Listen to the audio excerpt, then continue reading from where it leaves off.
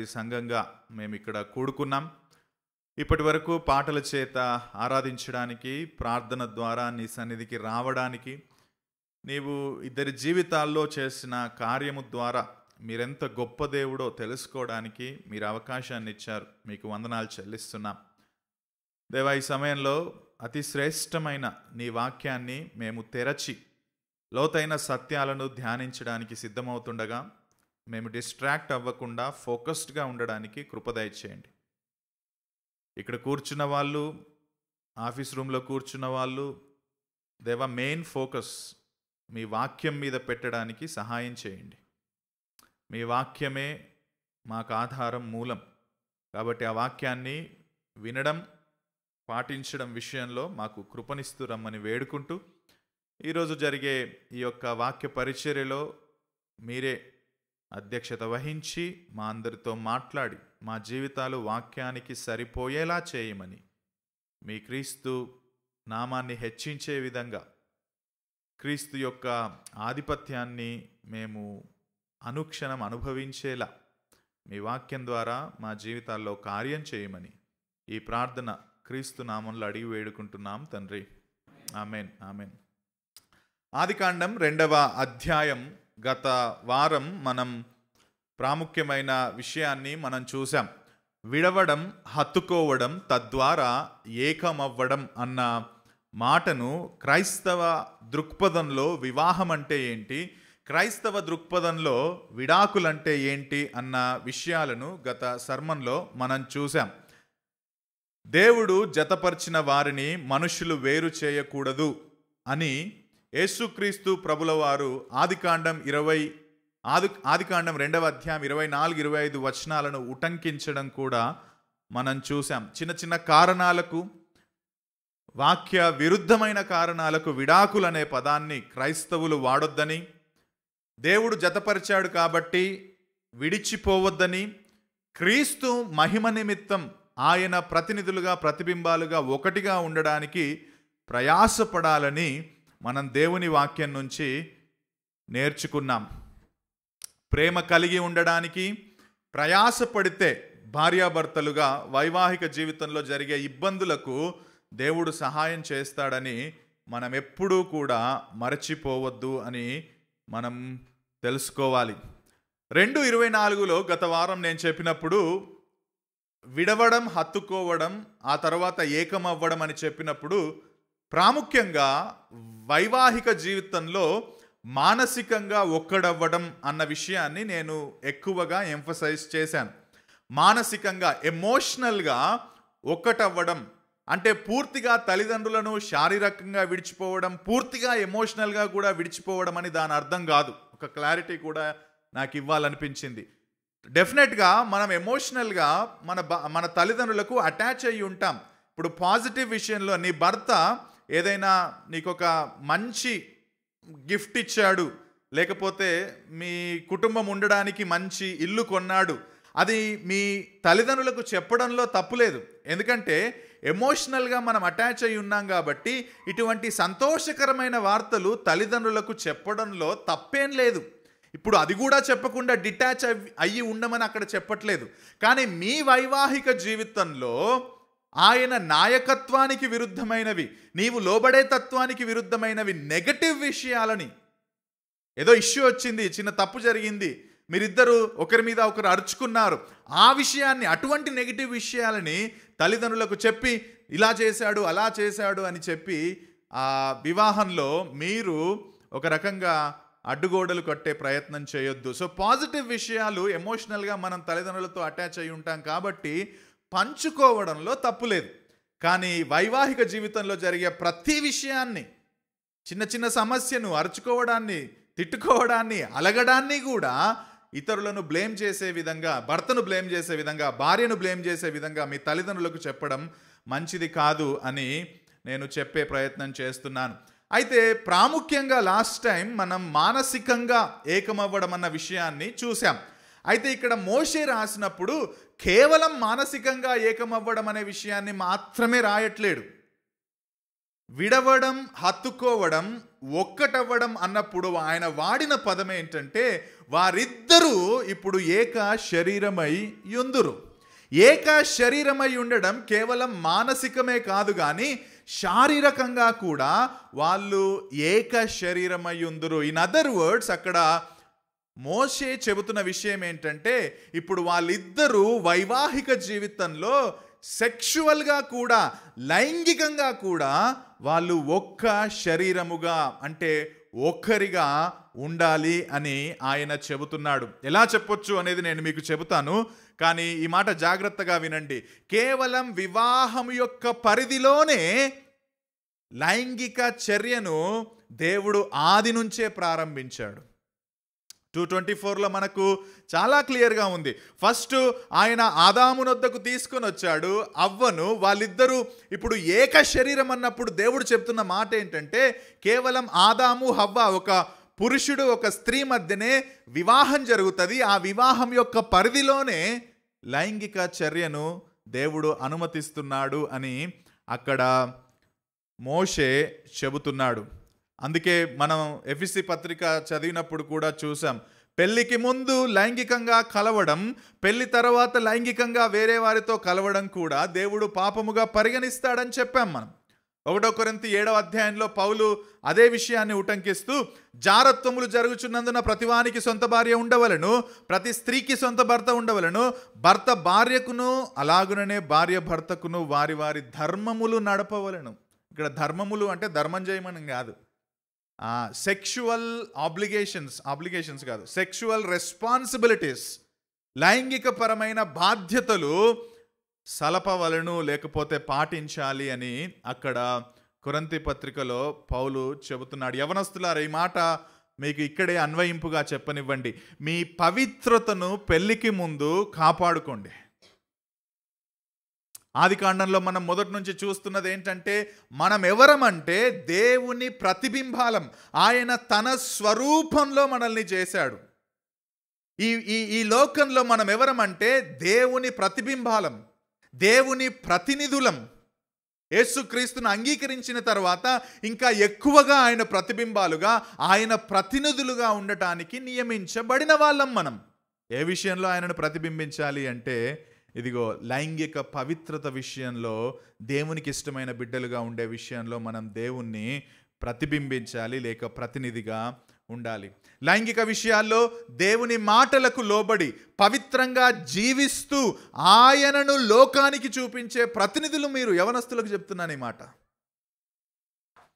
మీ చుట్టూ ఉన్న సంస్కృతి కావచ్చు, మీ స్నేహితులు కావచ్చు, మీరు చూస్తున్న సోషల్ మీడియా వీడియోస్ కావచ్చు, ఇవేవి కూడా పెళ్ళికి ముందే లైంగిక పవిత్రత కోల్పోకుండా చూసుకునే బాధ్యత మీది. ఎందుకంటే మీరు దేవుని స్వరూపంలో చేయబడిన వాళ్ళు.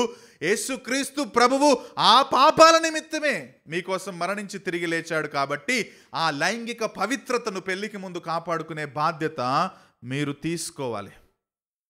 అందుకే కొరింథీ పత్రికలో పౌలు అంటాడు 6వ అధ్యాయం 16లో, వేశ్యతో కలుసుకున్నవాడు దానితో ఏక దేహమై ఉన్నాడని మీరు ఎరుగరా అని చెప్పి ఏమంటున్నాడు చూడండి.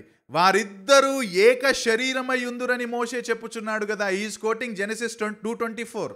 ఆదికాండం 2:24ను కోట్ చేస్తూ అంటున్నాడు, మీరు వేశ్యతో కలిస్తే ఏకదేహమైపోవడం, అంటే ఏక శరీరం అంటే లైంగికంగా ఒక్కటైపోవడం, అది పాపం అని బైబిల్ చెబుతుంది. చాలాసార్లు నేను చెబుతాను యవనస్తులకు, పెళ్ళికి ముందు నీ జీవిత భాగస్వామికి నువ్విచ్చే అతి శ్రేష్టమైన బహుమానం ఏంటంటే, డబ్బు కాదు, కట్నం కాదు, బండి కాదు, వాచు కాదు, మంచి బ్యాగు కాదు, ఐఫోను కాదు, గూగుల్ పిక్సెల్ కాదు. అతి శ్రేష్టమైన బహుమానం ఏంటో తెలుసా? నీ వర్జినిటీ, నీ శీలం. యవనస్తులారా, అది కాపాడుకునే బాధ్యత నీదే. దేవుడు నీ కోసం మరణించి తిరిగి లేచాడు, అది కాపాడుకోవచ్చు. ఒకవేళ మీరు ఆల్రెడీ అటువంటి పాపంలో ఉంటే ఈ మాట ఇక్కడే చెప్పనివ్వండి. మీరు ఆల్రెడీ పాపం చేశారు దేవునికి వ్యతిరేకంగా, కానీ దేవుడు దాన్ని క్షమించడానికి కూడా సిద్ధంగా ఉన్నాడు. ఒకవేళ ఆ పాపములో మీరుంటే, అటువంటి పాప జీవితం ఇంకా గడుపుతూ ఉంటే, మీరు పాపులు, అది పాపమని ఫస్ట్ గ్రహించాలి. దేవుని సన్నిధికి వచ్చి ఆ పాపాన్ని మీరు ఒప్పుకొని విడిచిపెట్టడానికి ప్రతి ప్రయత్నం చేయాలి. దేవా, నీకు వ్యతిరేకంగా నేను పాపం చేస్తున్నాను, నన్ను క్షమించు దేవా అని చెప్పి ఆయన సన్నిధికి వచ్చి మీరు ప్రార్థన చేసి దాన్ని విడిచిపెట్టాలి. ఆ పెళ్ళికి ముందు సెక్స్ ఒక్కటే కాదు, హోమోసెక్షువాలిటీ అయినా సరే, లెస్బియనిజం అయినా సరే, ఈ అక్రమమైన లైంగిక సంబంధాలన్నీ కూడా దేవుడు మెచ్చుకోడు, దేవుడికి అసహ్యమైనవి. కానీ దేవుడు అంటున్నాడు, నువ్వు నా దగ్గరికి వచ్చి ఆ పాపాలు ఒప్పుకుంటే నేను నమ్మదగిన వాడును, నీతిమంతుడును కాబట్టి 1 యోహాను 1:8-9 నీ సమస్త పాపములను క్షమించి నీ దుర్నీతి నుంచి నేను నిన్ను విడిపించి క్షమిస్తానని చెబుతున్నాడు. కాబట్టి ఆయన దగ్గరికి వచ్చి ఆ పాప జీవితాన్ని విడిచిపెట్టి ప్రభువుతో నిబంధన చేసుకొని పవిత్రంగా ఉండడానికి ప్రతి ప్రయత్నం చేయమని నేను చెబుతున్నాను. ఒకవేళ మ్యారేజ్ అయిన తర్వాత మీరిద్దరు అంటే భార్యాభర్తలు సెక్షువల్గా మీ బాధ్యతలు గడపాల్సిన వాళ్ళై ఉన్నారు, మీ బాధ్యతలు నిర్వర్తించాల్సిన వారమై ఉన్నారు. You know that is the beauty actually. అందుకే చెప్తాను కదా నేను, సెక్స్ అనేది చెడ్డది కాదు. సెక్స్ అనేది దేవుడు నియమించాడు, అది వివాహ పరిధిలోనే దేవుని నియమాలకు లోబడి మనం చేసినప్పుడు ఎంజాయ్ చేస్తాం. మీకు విషయం చెప్పనా, బైబిల్లో ఆ రిలేషన్కి సంబంధించిన ఒక పుస్తకమే దేవుడు రాయించాడు. ఏంటా పుస్తకం? Song of Solomon. మీరు అది చదవండి. ఒక భార్య భర్త లైంగిక చర్యలో ఏ విధంగా ప్రభువుకు లోబడి దేవుడిచ్చిన ఆ ఆధిక్యతను అనుభవించాలని దేవుడు విడిచిపెట్టలేడండి. ఈవెన్ దేవుడు ఆ విషయాలు కూడా ఒక పుస్తకంగా రాసి మనకిచ్చాడు. ఎందుకంటే వివాహం దేవుడు నియమించిందే, వివాహ వ్యవస్థలో ఆ లైంగిక చర్యను కూడా దేవుడు నియమించిందే. అవి చక్కగా నేర్చుకున్నప్పుడు మనం చక్కగా వైవాహిక జీవితాన్ని లేకపోతే సెక్షువల్ లైఫ్ని with in the boundary of మ్యారేజ్లో మనం ఎంజాయ్ చేయొచ్చు. దాన్ని దాటి దానికి ముందు ఏది చేసినా దేవుడు అది అక్రమం మరియు పాపం అని చెబుతున్నాడు. సో ఇక్కడ మోషే చెబుతున్నప్పుడు ఏక శరీరమయ్యుందురు అన్నప్పుడు మానసికంగా మరియు శారీరకంగా మీరు ఒక్క జంటగా ఒక్క యూనిట్గా వివాహంలో ఉండాలని మోషే రాబోయే తరాలకు చెప్తున్నాడు. వాళ్ళకి తల్లిదండ్రులు లేరుగా. చాలామంది తర్వాత వచ్చి నన్ను ప్రశ్న అడుగుతున్నారు, అసలు వాళ్ళకి తల్లిదండ్రులు లేరు కదా, పురుషుడు తన తల్లిని తండ్రిని విడిచిపెట్టాడు కదా, మరి ఆయనకు తల్లి లేదు తండ్రి లేదు, ఆదాముకు ఎవరిని విడిచిపెట్టాడు అని ఏం చెప్పాలి ఇప్పుడు దానికి? అదే చెప్పాను.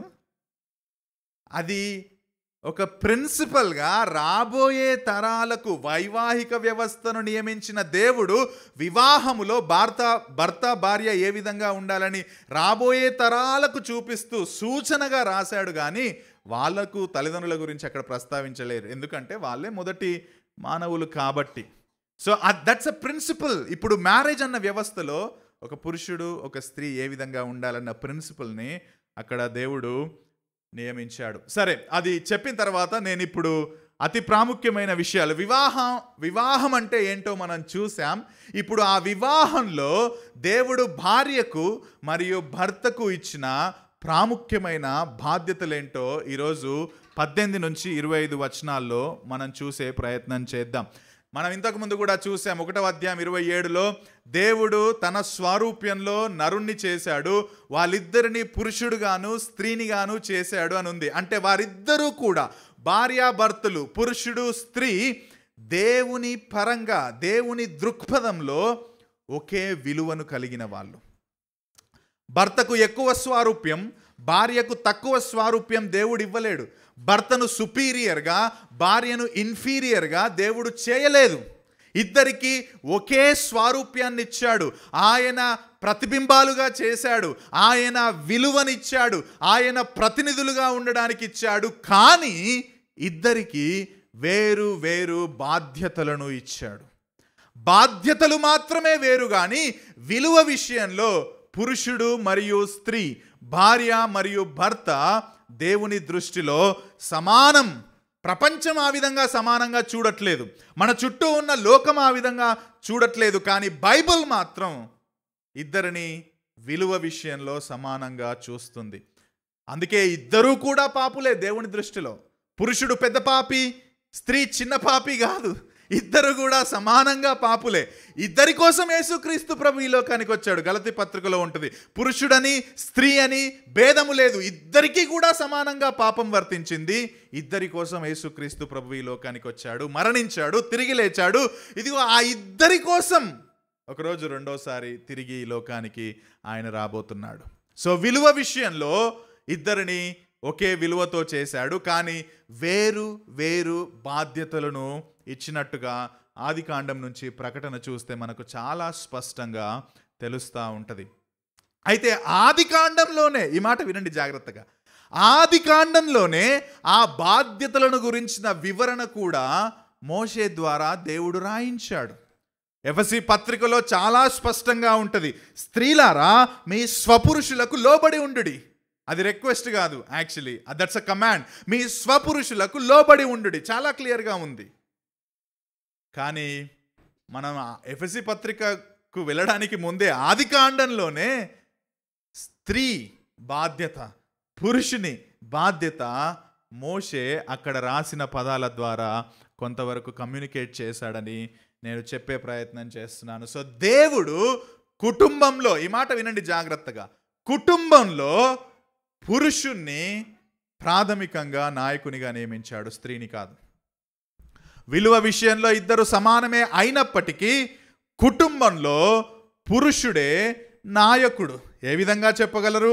ఇదిగో 4 విషయాలు ఈరోజు మీకు నేను చెప్పే ప్రయత్నం చేస్తాను. దాంట్లో మొట్టమొదటిది, పురుషుడే కుటుంబంలో నాయకుడు అని చెప్పడానికి దేవుడు ఆదికాండంలో పెట్టిన కొన్ని విషయాలు మీకు ఈరోజు చెప్పే ప్రయత్నం చేస్తాను. దాంట్లో మొట్టమొదటిది ఏంటంటే, దేవుడు ఆదికాండంలో సృష్టించిన ఆ యొక్క మనుషుల క్రమాన్ని చూస్తే దేవుడు పురుషున్నే మొదట నాయకుడిగా నియమించినట్టుగా మనకు అర్థమవుతుంది. ఆదికాండం 2వ అధ్యాయం 7వ వచనంలో, దేవుడైన యెహోవా నేల మంటితో నరుని నిర్మించి వాని నాసికా రంధ్రములలో జీవవాయువును ఊదగా నరుడు జీవాత్మ ఆయెను. మొట్టమొదటిసారిగా ఆదికాండంలో తూర్పున ఏదెను అనే ప్రాంతంలో తోటను వేసిన తర్వాత నేలమంటి నుండి మొదట చేసింది స్త్రీని కాదు. ఎవరిని చేశాడు? మొదట ఆదామును చేశాడు.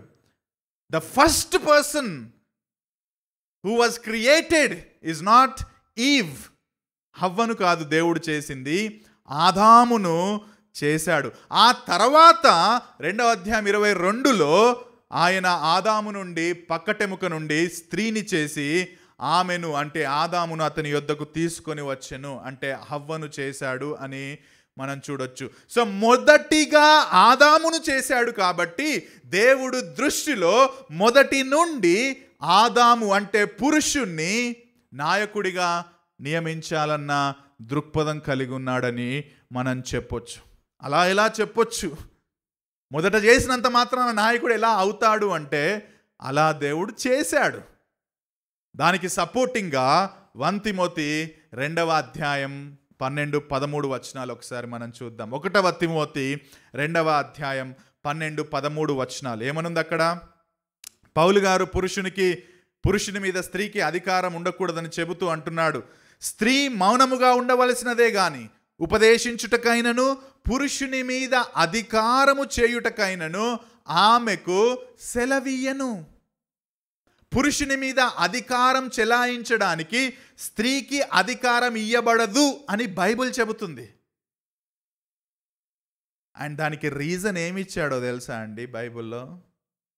దాని తర్వాత వచనం చూస్తే మీకు అర్థమవుతుంది. 13వ వచనంలో మనం చాలా రీజన్స్ పట్టుకొస్తాం, ఓకే, కానీ అక్కడ మెయిన్ రీజన్ పౌలు చెబుతుంది చూడండి.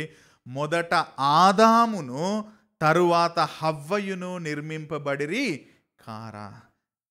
The very order in the creation is a evidence that man is a leader in the house. Man has the authority in the house. నాయకత్వ బాధ్యత, నాయకత్వ అధికారం దేవుడు పురుషుడికిచ్చాడు, ఆదాముకిచ్చాడు అని సృష్టి యొక్క క్రమాన్ని దేవుడు ఒక సూచనగా బైబిల్ గ్రంథంలో బోధిస్తున్నాడు.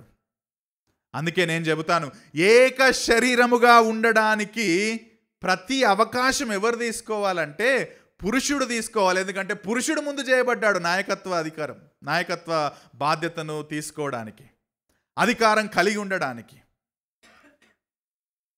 కుటుంబంలో వాళ్ళిద్దరు ఏక శరీరం అవుతున్నారు, కానీ నాయకుడిగా ఆయన మొదట చేయబడ్డాడు కాబట్టి, అధికారిగా ఆయన నియమించబడ్డాడు కాబట్టి, అలా ఏక శరీరముగా ఉండడానికి ప్రతి అవకాశాన్ని మొదట తీసుకోవాల్సింది పురుషుడే. మేబీ ఆ కాంటెక్స్ట్లో మనం అర్థం చేసుకోవచ్చేమో, తన తల్లిని తన తండ్రిని విడిచిపెట్టే అవకాశం కూడా మొదట తీసుకోవాల్సింది పురుషుడే. ఎందుకంటే he is the first person who was created as a leader. బహుశా అందుకే రాశాడేమో మోషే. మన భారతదేశంలో స్త్రీని విడిచిపెట్టమంటారు యాక్చువల్లీ, కానీ నాయకుడు కాబట్టి ఆయన మొదటగా విడవడానికి సిద్ధపడాలి, ఆయన మొదటగా భార్యను హత్తుకోవడానికి సిద్ధపడాలి. తద్వారా వాళ్ళు ఒకటిగా ఉండడానికి ప్రతి అవకాశాన్ని ఆయన తీసుకోవాలి.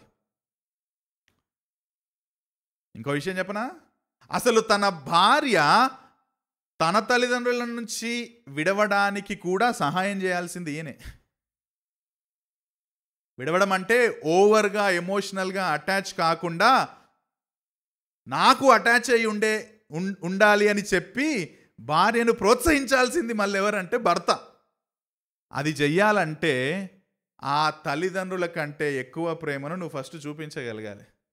వాళ్ళు అక్కడ డిటాచ్ అవ్వాలంటే, నీకు అటాచ్ అవ్వాలంటే ఆ తల్లిదండ్రుల ప్లేస్ని నాయకుడిగా నువ్వు తీసుకోవాలి. ఇన్ని రోజులు తండ్రి నాయకత్వం కింద ఉండి, తల్లి కింద ఉండి ఆ ప్రేమను అనుభవించింది. ఇప్పుడు వాళ్ళని ఎమోషనల్గా విడిచిపెట్టి నీకు హత్తుకోవాలంటే ఆ ప్రేమను నాయకుడిగా నువ్వు చూపించగలగాలి. నువ్వు అక్కడ ఐ నో నువ్వు చాలా అటాచ్ అయ్యి ఉన్నావు, but from today onwards I will be your mother and father. నేను నీ తండ్రిని, నేను నీ తల్లిని అని నువ్వు ఆ ప్రోత్సాహం అందించగలగాలి. అప్పుడు నువ్వు నాయకుడివి. కానీ వెరీ సాడ్ అండి, ఎగ్జాక్ట్ ఆపోజిట్ జరుగుతుంది మన భారతదేశంలో. ఈయన చేసిన బ్లండర్స్కి ఎమోషనల్ డిటాచ్మెంట్ ఇక్కడ అటాచ్ కాదు, ఇంకెక్కువగా అటాచ్ అక్కడనే అవుతుంది భార్య. ఎందుకంటే ఈయన నిజమైన ప్రేమను చూపించలేకపోతున్నాడు, ఏక శరీరముగా ఉండడానికి అవకాశాన్ని తీసుకోలేకపోతున్నాడు. ఒక తల్లి తండ్రి బాధ్యత, ఆ ప్రేమను భార్యకు చూపించగలగలేకపోతున్నాడు. కాబట్టే ఆమె ఈయనతో డిటాచ్ అయిపోయి ఇంకెక్కువగా వాళ్ళకు అటాచ్ అయ్యే ప్రయత్నం చేస్తుంది. బట్ బైబిల్ చెబుతుంది, నువ్వు వాళ్ళ స్థానం తీసుకున్నప్పుడు నువ్వు నిజమైన నాయకుడివి. ఎందుకంటే మొదట నీకు ఆ అధికారం ఇవ్వబడ్డది, మొదట నువ్వు నాయకుడిగా దేవుని చేత నియమించబడ్డావు. రెండవ మాట, ఆయన నాయకుడిగా ఉన్నాడు, నాయకుడిగా దేవుని చేత నియమించాడు అని చెప్పడానికి రెండవ మాట, మొదటిసారిగా ఆదామును చేసినప్పుడు దేవుడు ఆదామును, ఇంతకుముందే మనం చూసాం, నువ్వు కూర్చో, నీకు ఏదంటే అది ఇచ్చాను ఈ యొక్క ఏదైనా తోటలో, ఇంకా కూర్చొని నువ్వు తిను అంతే, నేను నీకు వృక్ష ఫలాలను ఇచ్చాను, నువ్వు కూర్చొని తిను అని చెప్పలే. ఏం చెప్పాడంటే 2వ అధ్యాయం 15వ వచనంలో, దేవుడైన యెహోవా నరుని తీసుకొని ఏదైనా తోటను సేద్యపరచుటకును దానిని కాచుటకు దానిలో ఉంచెను. He has to work. దేవుని దృష్టిలో పనులన్న విషయంలో కూడా మనం చర్చించాం. అక్కడ ఆదాము సేద్యపరచడానికి, ఆ యొక్క తోటను కాయడానికి నియమించబడ్డాడు. ఇంకా హవ్వ సృష్టించబడలేదు. హవ్వ సృష్టించబడక ముందే దేవుని సన్నిధి ఉన్న ఏదైనా తోటలో, ఒక రకంగా కుటుంబంలో పని చేయడానికి దేవుడు ఆదాముకు పని అప్పచెప్పాడు. ప్రాముఖ్యంగా పని ఎవరు చేయాలి అని అంటే నాయకుడు చేయాలి. ఎవరా నాయకుడు అంటే ఆదాము, లేకపోతే పురుషుడు. పాపము తర్వాత పని తీవ్రత పెరిగింది అని మనం చూసాం. కానీ పాపమునకు ముందే పని ప్రాథమికంగా ఎవరికి అప్పచెప్పాడంటే ఆదాముకు అప్పచెప్పాడు.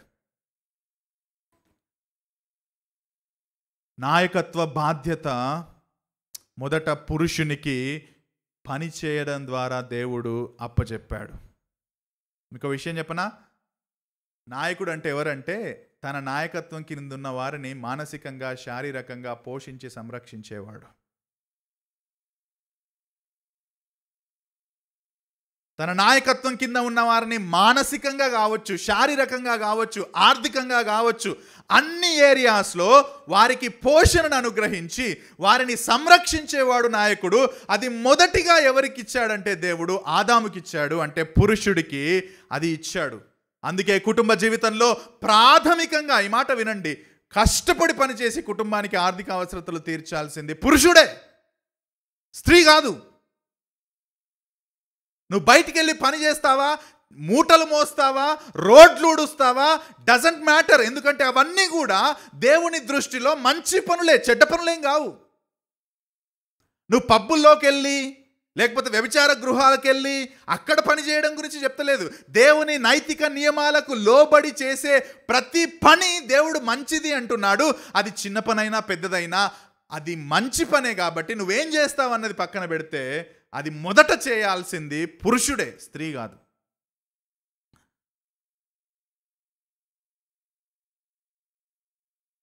ఆడవాళ్ళు పని చేయడం తప్పని దాని ఉద్దేశం కాదు. ఆడవాళ్ళు బయటికి వెళ్ళి పని చేయకూడదని బైబిల్ ఏం సూటిగా చెప్పట్లేదు. ఎందుకంటే ప్రొవర్బ్స్ 31 ఉమెన్ ఆమె పని చేసింది, ఆమె కింద పని వాళ్ళు ఉన్నారండి. She worked. కానీ ప్రాథమికమైన పనైన ఇంటిని చూసుకునే బాధ్యతను విస్మరించి పని చేస్తున్నావంటే మాత్రం బైబిల్ ఒప్పుకోదు. క్రైస్తవ స్త్రీ యొక్క ప్రాథమికమైన బాధ్యత ఇంటిని చూసుకోవడం. బై ద వే, ఇంటిని చూసుకోవడం తక్కువ పని అని భారతదేశ సంస్కృతి చెబుతుంది, బైబిల్ చెప్పట్లేదు. అది భారతదేశ సంస్కృతి చెబుతుంది. ఎందుకంటే భారతదేశ సంస్కృతిలో పురుషులు పైనున్న వాళ్ళు, స్త్రీలు కిందున్న వాళ్ళు. ఆ సంస్కృతిని నరనరాన నింపుకున్న మనం కూడా అదే పరమైన తత్వాన్ని కలిగి ఉంటున్నాం. కానీ బైబిల్ దాన్ని చెప్పట్లేదు. ఇంట్లో పని చేయడం బయట పని చేయడం కంటే తక్కువ అనేది బైబిల్ చెప్పట్లేదు. పని అంతే, ఇంట్లో చేస్తున్నాడు పురుషుడు బయటికి వెళ్ళి, స్త్రీ లోపల చేస్తుంది, అంతే. రెండు పనులే, రెండు దేవునికి ఇష్టమైన పనులే, రెండు దేవునికి మహిమకరంగా చేయాల్సిన పనులే. 1 కొరింథీ ప్రకారం మీరు భోజనము చేసినను పానము చేసినను సమస్తమును దేవుని మహిమ కొరకు చేయండి అన్నప్పుడు, అంట్లు దోముతున్నప్పుడు బట్టలు ఉతుకుతున్నప్పుడు దేవుని మహిమ కోసం చేయట్లేదు అని అనుకోకండి. మీరు డైపర్స్ క్లీన్ చేస్తున్నప్పుడు, బూజు దులుపుతున్నప్పుడు ఇంట్లో అది తక్కువ పని అనుకోవద్దు మీరు. అలా వాళ్ళు అనుకునేలా మనం మాట్లాడకూడదు. వాళ్ళు అలా భావించేలా మనం వారిని చిన్న చూపు చూడకూడదు. ఎందుకంటే రెండు కూడా దేవుని దృష్టిలో పనులే, రెండు కూడా దేవుని మహిమ కోసం చేసే పనులే. కానీ కుటుంబాన్ని పోషించడానికి, కుటుంబానికి కావాల్సిన అవసరతలు తీర్చడానికి ప్రాథమికంగా బయటికి వెళ్ళి పని చేయాల్సింది పురుషుడే. ఆదాము హవ్వ రాకముందే పని చేయడానికి నియమించబడ్డాడు. దాని అప్లికేషన్ ఒకవేళ మనం స్పిరిచువల్గా చూసుకుంటే, భర్తలారా ఈ మాట వినండి, భార్యలకు స్పిరిచువల్గా కూడా ఫుడ్ అందించాల్సింది పురుషులే. అందుకే అంటాడు, మీకేమైనా ప్రశ్నలు ఉంటే ఇంటికెళ్ళి ఎవరిని అడుగుమంటాడు పౌలు? మీ భర్తలను అడుగుమంటాడు. ఎందుకంటే దేవుడు ఆ బాధ్యత భర్తలకు ఇచ్చాడు.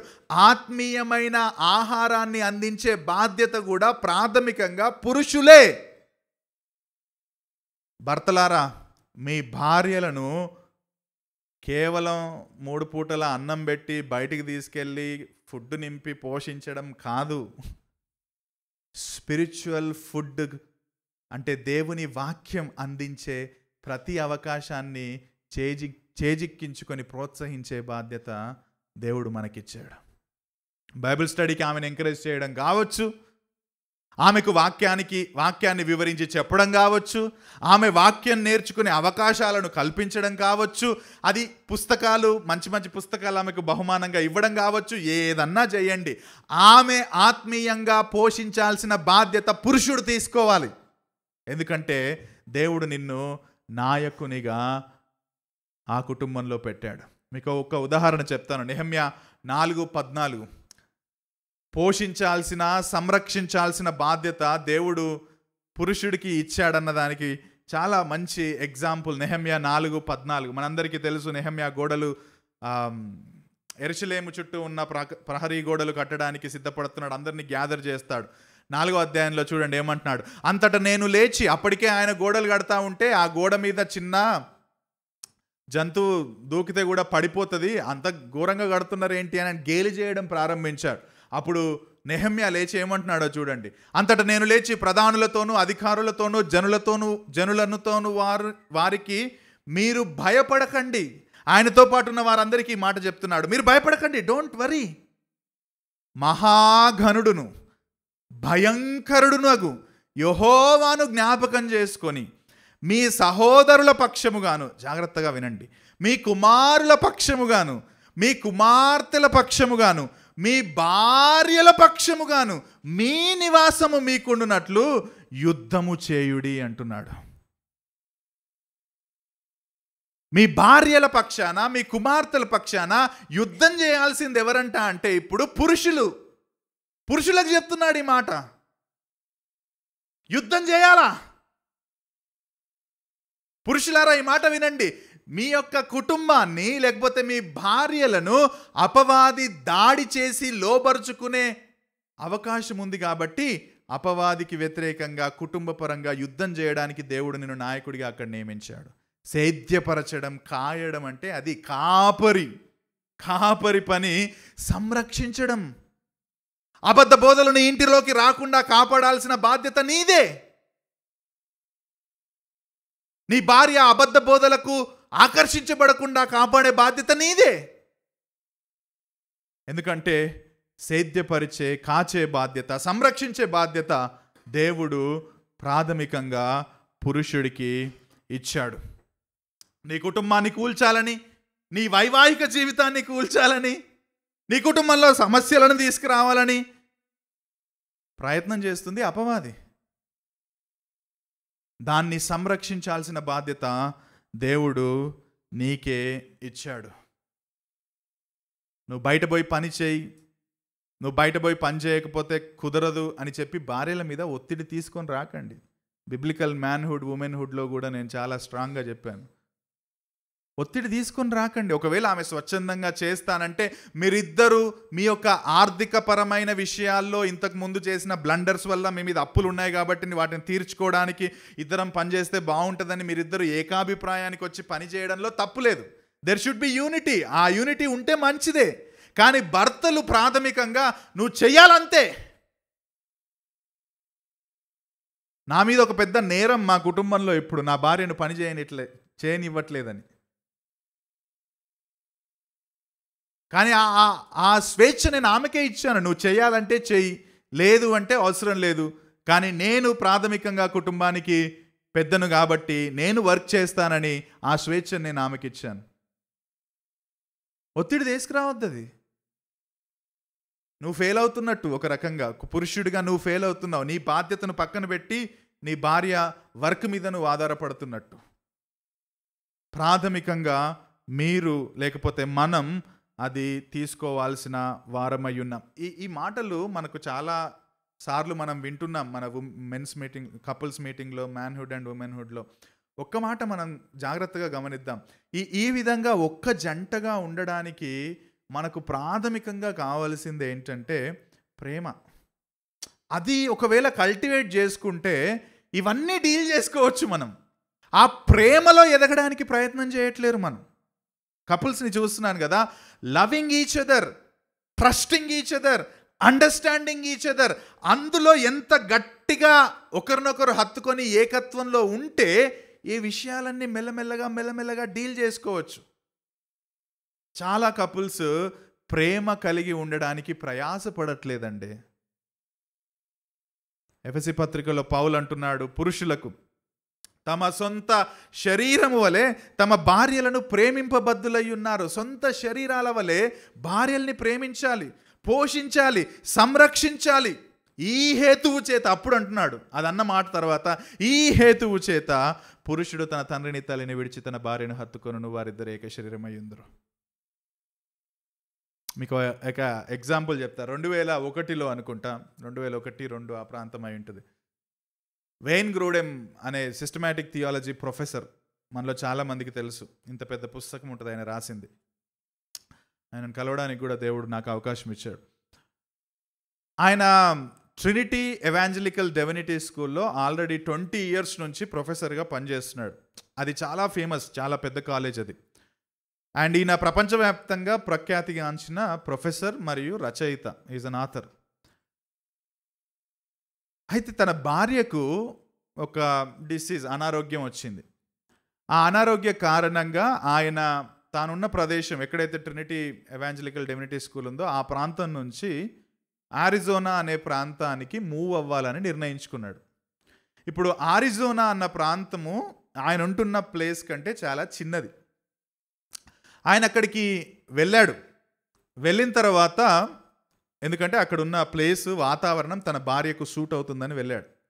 అక్కడ వెళ్ళిన తర్వాత ఆల్రెడీ ఈయన ప్రొఫెసర్. ఇప్పుడు ఇంకా ఆ ట్రినిటీ ఎవాంజలికల్ డివినిటీ స్కూల్ వదిలేశాడు కాబట్టి ఆయన ఇంకొక ఏదో ఒక సెమినరీలో టీచ్ చేయాలి, లేకపోతే ఆయన పోషించుకోలేడు తన కుటుంబాన్ని.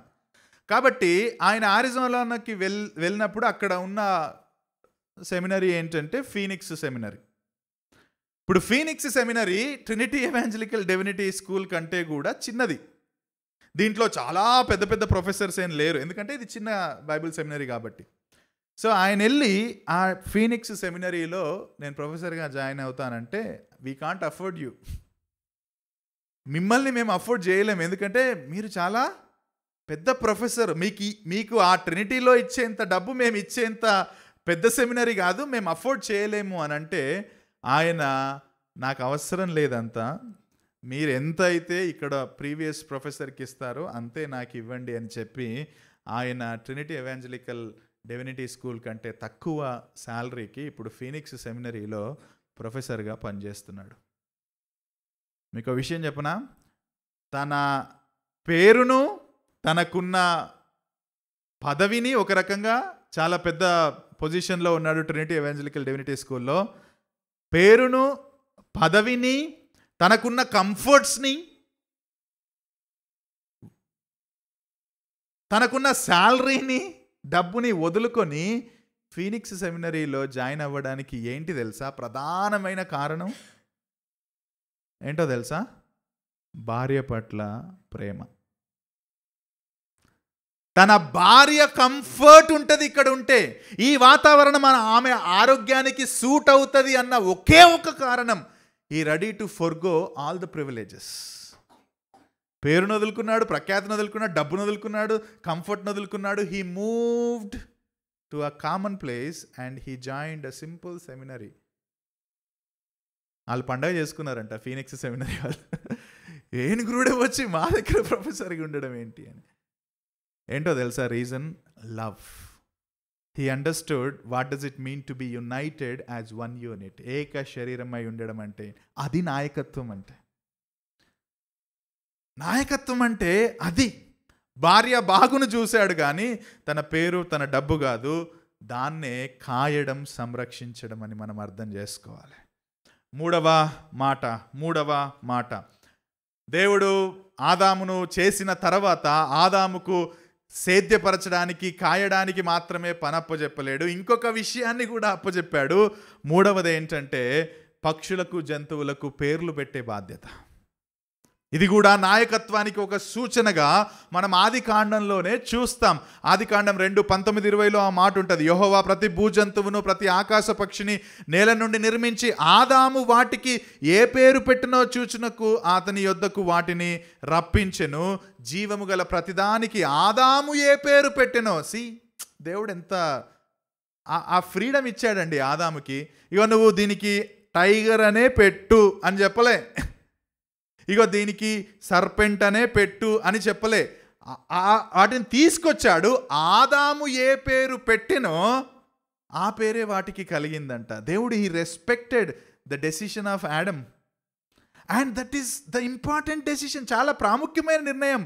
ఒక నాయకుడిగా ఆ యొక్క సమస్త భూజంతువులకు, పక్షులకు, మా మాథ్యూ హెన్రీ గారు అంటారు దాదాపు 3000 కంటే ఎక్కువ, 3000 ఒక అప్రాక్సిమేట్ 3000 కంటే ఎక్కువ రకాల పక్షులు, జంతువులకు ఆ రోజు బహుశా ఆయన పేరు పెట్టుంటాడు అని చెబుతాడు. It was easy actually. పెట్టలేము అని అనడానికి వీల్లేదు, పెట్టొచ్చు 3000 రకాలు కాబట్టి అని అంటాడు.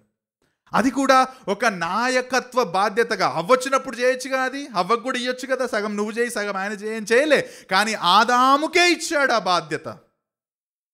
Because God appointed him as a leader before he created ఈవ్ను తీసుకురావడానికి ముందే ఆయన పేర్లు పెట్టే బాధ్యతను ఇచ్చాడు. సో అక్కడ ఏం తెలుస్తుందంటే దేవుడు ఆ సమస్త భూజంతువుల మీద, ఆకాశ పక్షుల మీద ఒక రకంగా అధికారిగా ఆదాము నియమించాడు. When he named the animals, ఆయన వాటికి పేర్లు పెట్టడంలో ఆయన వారి మీద అధికారిగా ఉన్నాడని మనకొక నియమం కనబడుతుంది. అది ఏ భాషలో పెట్టాడో మనకు తెలియదండి, బై ద వే హీబ్రూ అయితే కాదు. ఎందుకంటే తర్వాత లాంగ్వేజెస్ అన్నీ బాబేలు పర్వతం దగ్గర వచ్చిన తర్వాత హీబ్రూ వచ్చింది దాంట్లోంచి. సో ఏ భాషలో పెట్టాడో మనకు తెలియదు కానీ, బట్ హీ నేమ్డ్. సృష్టిని చేశాక వాటిని, అందుకే 1వ అధ్యాయంలోనే మనం చూస్తాం, మీరు భూమిని నిండించి, తర్వాత ఏమంటాడు, ఏలుడి అంటాడు. ఏలడం ఎవరు చేస్తారంటే నాయకుడు చేస్తాడండి. సో ఈ నాయకత్వ బాధ్యత ప్రాథమికంగా ఎవరికి ఇచ్చాడంటే ఆదాముకి ఇచ్చాడు. పేర్లు పెట్టాడు, ఆ తర్వాత వాటిని నడిపించడానికి, ఏలడానికి దేవుడు ఆదాముకు బాధ్యతను ఇచ్చాడు. అందుకే ఇక్కడ చాలామంది ఎవల్యూషనరీ థియరీని కూడా కొట్టిపారేస్తారు. ఎవల్యూషన్ థియరీ ఏమంటది, జంతువుల నుండి మనిషి పరిణామం చెందాడు అంటది. అవునా? మరి ఇక్కడ బైబిల్ ఏం చెప్తుందంటే దేవుడు జంతువుల మీద అధికారిని ఎవరు నియమించాడు? సో చిన్నవాటి నుంచి పెద్దవాటి ఎట్లా వస్తాడు? అధికారి ఎట్లా వస్తాడు? ఒకవేళ వస్తే ఇట్ల నుంచి ఇటు రావాలి కానీ, అధికారి కదా, కిందున్న వాళ్ళకు చెప్పాల్సింది ఒకవేళ చెప్తే. కానీ అధికారిగా జంతువులకు పేర్లు పెట్టే అవకాశాన్ని దేవుడు ఎవరికి ఇచ్చాడంటే పురుషుడికే ఇచ్చాడు. మొట్టమొదటి పశువుల కాపరు ఎవరో తెలుసా? ఆదాం. మొట్టమొదటి గార్డెనర్ ఎవరో తెలుసా? ఆదాం. మొట్టమొదటి పక్షుల కాపరి అన్నారు కదా, ఏమంటారు? ఫిలాంథ్రోఫిస్టా ఏదో, పక్షుల కాపరి, అదే బాగుంది. దేవుడు మొదటి పని అంటే పనులను నియమించింది. లాస్ట్ టైం కూడా మనం చూసాం, ఆ పనులను నియమించింది కూడా దేవుడే. మీకు ఇంకో విషయం కూడా చెప్తా. ఆదికాండం 3వ అధ్యాయంలో హవ్వకు పేరు పెట్టింది కూడా దేవుడు కాదు, ఆదామే. ఆ పేరు పెట్టగానే అన్నాడు, నా ఎముకలలో నా ఎముక, నా మాంసములో మాంసము. సో దేవుడు ఆ బాధ్యతను, అందుకే కుటుంబంలో ప్రాథమికంగా నిర్ణయాలు తీసుకునే బాధ్యత ఎవరు తీసుకోవాలంటే పురుషుడు తీసుకోవాలి. భార్య యొక్క సలహాలు సూచనలు తీసుకోవడంలో తప్పు లేదు, కానీ అంతిమ నిర్ణయం, ఆ బాధ్యత ఎవరికి ఇచ్చాడు దేవుడు? ఆది నుంచి ఎవరికి ఇచ్చాడంటే, అధికారం ఎవరికి ఇచ్చాడంటే పురుషుడికి ఇచ్చాడు. చివరిగా 4వ మాట కూడా చెప్పనివ్వండి. నాయకత్వ బాధ్యత పురుషుడికి దేవుడు ఇచ్చాడని చెప్పడానికి సూచనగా ఆదికాండం 3:9లో ఇద్దరూ పాపం చేశారు. మొదట చేసింది పాపం హవ్వ అయినా దేవుడు అక్కడికి వచ్చి ఫస్ట్ పిలిచింది, దేవుడైన యెహోవా ఆదామును పిలిచి నువ్వెక్కడ ఉన్నావు అనెను. పాపం చేశారు, దేవుడు తోటకొచ్చాడు. దేవుడికి వాళ్ళిద్దరూ పాపం చేశారని తెలుసు ఆల్రెడీ. తెలిసిన తర్వాత కూడా హవ్వ నువ్వెందుకు మొదటిసారి పాపం చేసి నీ భర్తను కూడా ఇన్ఫ్లుయెన్స్ చేశావని హవ్వను పిలవలే. ఆయన వచ్చినప్పుడు అన్నాడు, ఆదాము నువ్వెక్కడున్నావు. ఇన్ అదర్ వర్డ్స్, ఆ వర్డ్లో దేవుడు ఏమంటున్నాడో తెలుసా అండి? ఆదాము నువ్వెక్కడున్నావు అంటే నాకు తెలియదని కాదు, నువ్వెందుకు నాయకత్వ బాధ్యతను విస్మరించావు? నువ్వెందుకు నేను ఇచ్చిన ప్రాముఖ్యమైన మాటను మీరావు? నువ్వెక్కడున్నావు అంటే నాకు తెలియదని కాదు, అక్కడ నువ్వు నా బాధ్యతను మీరావు. I will hold you responsible because you are the leader. నేను నిన్ను మొదట చేశాను. మొదట పాపం చేసిన హవ్వను పిలవలేదు కానీ ఆదామునే పిలిచాడు. అందుకే 1 తిమోతి 2:14లో తిమోతికి రాస్తూ పౌలు అంటున్నాడు, మరియు ఆదాము మోసపరచబడలేదు కానీ స్త్రీ మోసపరచబడి అపరాధములో పడెను. అందుకనే అధికారం పురుషుడికి ఇవ్వబడ్డది. జవాబుదారీతనం కూడా దేవుడు మొదట పురుషుణ్ణే అడుగుతున్నాడు.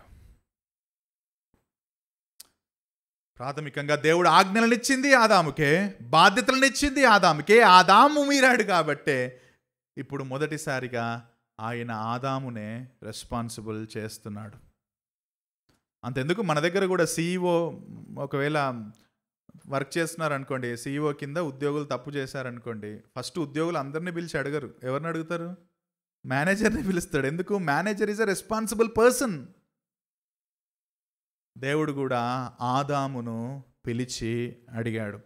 వీటన్నింటి బట్టి మనకు అర్థమవుతున్న ఒక ప్రాముఖ్యమైన సంగతి ఏంటంటే, కుటుంబంలో ప్రాథమికంగా నాయకత్వ బాధ్యతలను, అధికారిగా ఉండే బాధ్యతలను దేవుడు పురుషునికే ఇచ్చాడు. అందుకే ఎఫెసీ పత్రికలో క్రీస్తు సంఘానికి శిరస్సై ఉన్నలాగున పురుషుడు భార్యకు శిరస్సై ఉన్నాడు. That's the most important verse అండి అధికారాన్ని అర్థం చేసుకోవడానికి.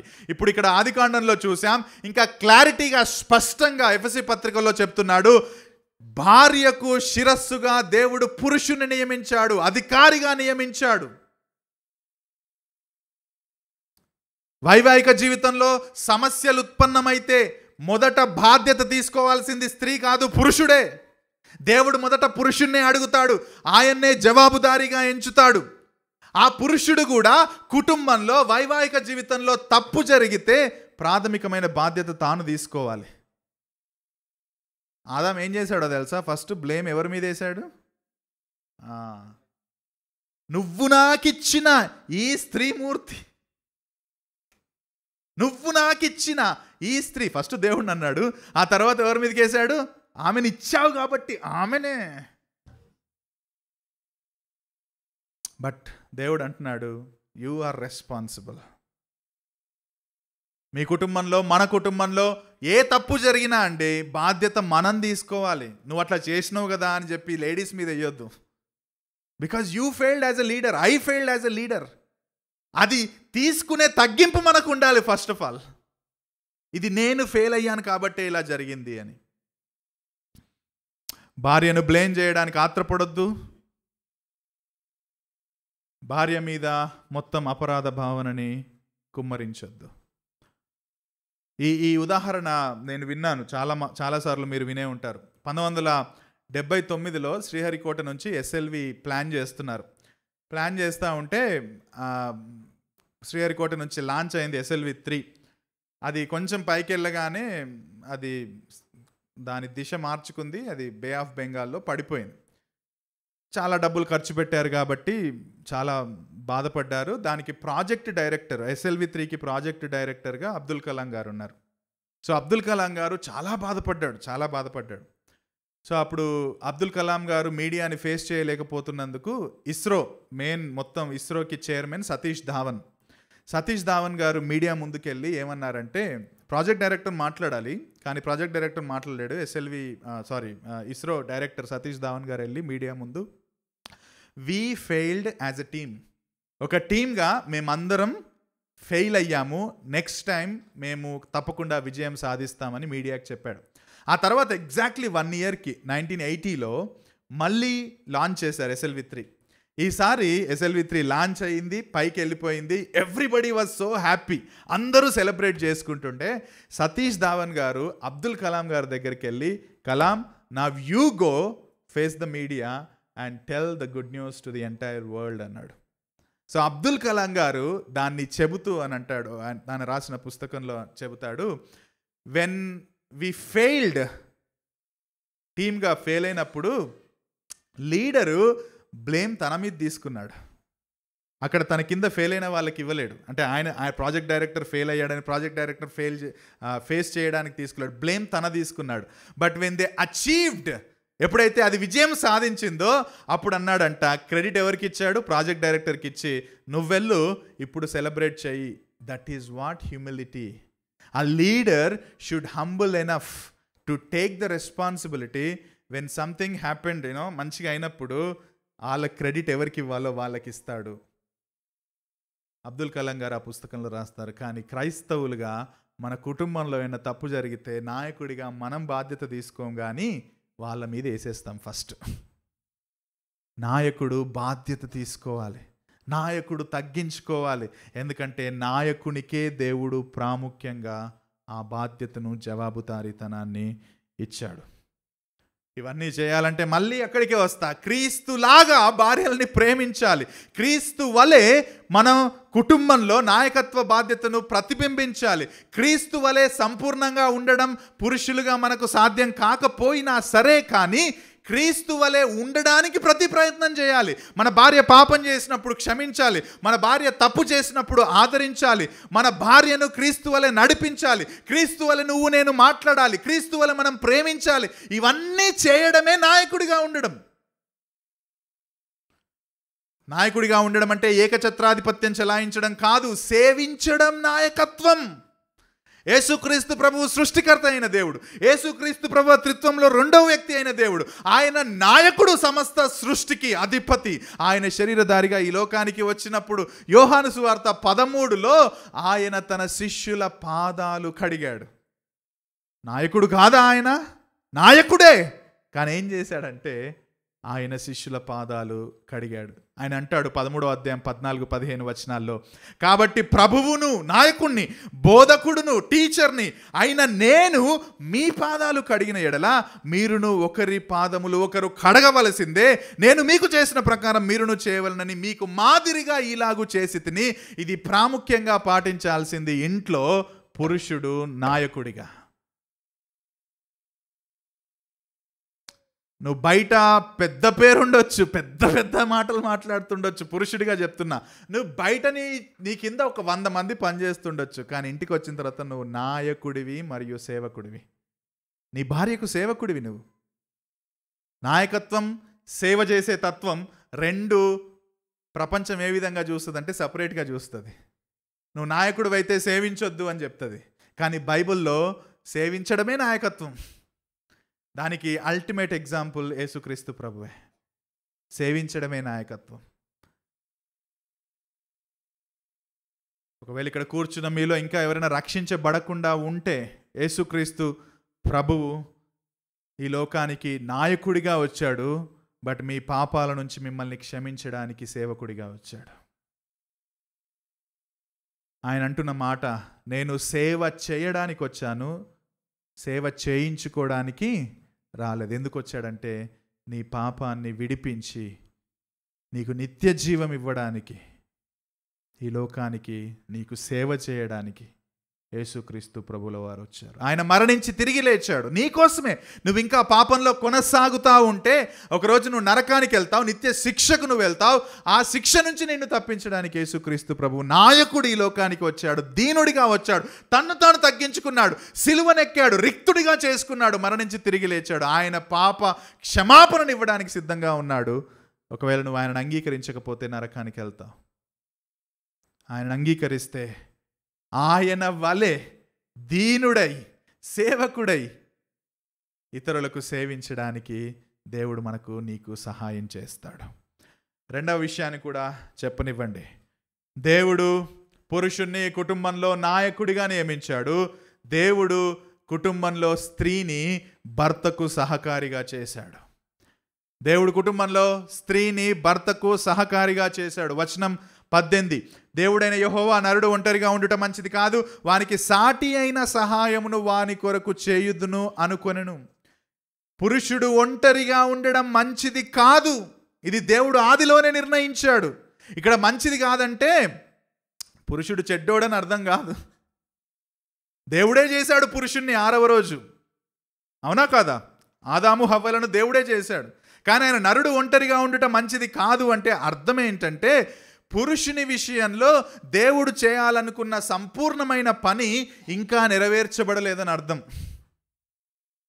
He was not complete although he created before Eve కంటే ముందుగా చేయబడ్డాడు, కానీ ఆ ఉద్దేశం ఇంకా పూర్తవ్వలేదు. అందుకే నరుడు ఒంటరిగా ఉండుట మంచిది కాదు అని అక్కడ దేవుడు అన్నాడు. హవ్వను చేయడానికి ముందు ఆదాము దగ్గరికి సాటి అయిన సహకారిగా ఉండడానికి దేవుడు జంతువులను తీసుకొచ్చాడు, పక్షులను తీసుకొచ్చాడు, పశువులను తీసుకొచ్చాడు. కానీ అవేవి కూడా ఆదాముకు సాటి అయిన సహకారిగా ఉండలేకపోయాయి. అప్పుడు దేవుడు ఏం చేశాడంటే ఆదాముకు గాఢ నిద్ర కలగజేసి అతని పక్క టెముక నుండి ఎముకతో పాటుగా మాంసాన్ని తీసి అక్కడ సర్జరీ చేసి నరుని నుండి నారిని అంటే స్త్రీని నిర్మించాడని మనం అక్కడ చూసాం. హెబ్రీ భాషలో ఎముక అన్న పదానికి వాడిన పదం ఏంటంటే హెబ్రీలో సెలా, TSELA. యాక్చువల్లీ అక్కడ అర్థం ఏంటంటే ఆ పదానికి సైడ్ అని అర్థం, ఒట్టి ఎముక అని అర్థం కాదు, ఆ సైడ్ అని అర్థం. నిర్గమాకాండంలో కూడా ఈ వచనాన్ని వాడతాడు మోషే 5వ అధ్యాయం 12లో మందసం విషయంలో వాడుతూ అంటాడు, దానికి 4 బంగారు ఉంగరాలను పోతపోసి ఒక పక్కను, ఆ పక్క అన్న పదమే అక్కడ ఎముక అని మనం తెలుగులో ట్రాన్స్లేట్ చేశాం. 2 ఉంగరములు ఎదుటి పక్కను 2 ఉంగరములు ఉండునట్లు దానికి 4 కాళ్ళను వాటిని వేయవలను. అందుకే అక్కడ ఓన్లీ ఎముక అని పాడలేదు, పాడినప్పుడు ఓన్లీ నా ఎముకలలో ఎముక అని అనలేడు. ఏమన్నాడు? నా ఎముకలలో ఎముక, నా మాంసములో మాంసము. సో అక్కడ మెయిన్ ఏంటంటే సెల అంటే పక్క అని. సో దాంట్లో ఎముక ఉంది మరియు మాంసము కూడా ఇమిడి ఉంది అని చాలామంది చెబుతారు. ఇంకో కొందరు actually even the blood was also included, అంటే డెఫినెట్గా బ్లడ్ ఉంటుంది కదా తీసినప్పుడు. సో దాని నుంచి దేవుడు చేశాడు అని అక్కడ మనం చూస్తాం. అయితే ఇక్కడ ఒక ప్రాముఖ్యమైన విషయాన్ని నేను ప్రిపేర్ అవుతుంటే గమనించాను. దేవుడు అవ్వను తీసుకొని ఆదాము దగ్గరికి రాగానే ద ఫస్ట్ రెస్పాన్స్ ఏంటి? ఆదాము దగ్గర చూశాడు, చూడగానే ఏం చేశాడు? ఏం చెప్పలేడా? కవిత చెప్పాడు, పాట పాడాడు ఒక రకంగా, అవునా? అక్కడ ఆలోచిస్తూ ఉంటే when he saw his reflection, ఒక రకంగా నేను ఒక్కనే అనుకున్నాను, నా చుట్టూ చాలా జంతువులు వచ్చాయి, పక్షులు వచ్చాయి, నాలాంటి వాళ్ళు ఇంకెవ్వరూ కనబడలేదు, ఇదిగో నాకు పక్కన సేమ్ నాలాంటి వ్యక్తి, ఇంకొక వ్యక్తిని చూడగానే ఆయన హృదయంలో ఉప్పొంగిన భావన ఏంటో తెలుసా? ఒక రకంగా సంతోషం, సంతృప్తి కలిగింది. ఒక రకంగా సంతోషము, సంతృప్తిలోంచే ఆ పాట వచ్చింది. నా ఎముకల్లో ఎముక, నా మాంసములో మాంసము అన్న పాట అక్కడికి వచ్చింది. అంటే దేవుని తర్వాత, ఈ మాట వినండి జాగ్రత్తగా, దేవుని తర్వాత వైవాహిక జీవితంలో నిజమైన సంతోషాన్ని, సంతృప్తిని మనకి ఎవరిస్తారంటే మన జీవిత భాగస్వామి ఇస్తుంది. దేవుని తర్వాతే. దట్ ఈజ్ వాట్ ఏక శరీరముగా ఉండడం అంటే. నీ యొక్క ఆనందాన్ని నీ భాగస్వామిలో పొందుకోవాలి, నీ సంతృప్తిని నీ భాగస్వామిలో పొందుకోవాలి. దానికి వేరుగా, అంటే వివాహం యొక్క బౌండరీ దాటి వేరే భాగస్వామిలో నీ యొక్క సంతృప్తిని, నీ యొక్క సంతోషాన్ని పొందుకోవద్దు. అది పొందుకున్నప్పుడే దాన్ని దేవుడు అక్రమం అంటున్నాడు. జాగ్రత్తగా వినండి మాట. నీ మొదటి సంతృప్తి, సమాధానం, శాంతి దేవుడే తప్పకుండా. కానీ దాని తర్వాత దేవుడు వివాహంలో జతపరిచింది, భాగస్వామినిచ్చింది. ఎందుకు అనంటే ఇదిగో ఆదాములాగా సంతోషించడానికి, ఆ సంతృప్తిని అనుభవించడానికి. దానికి బయట ఏ రిలేషన్షిప్ అయినా సరే దేవుడు దాన్ని పాపముగా పరిగణిస్తాడు.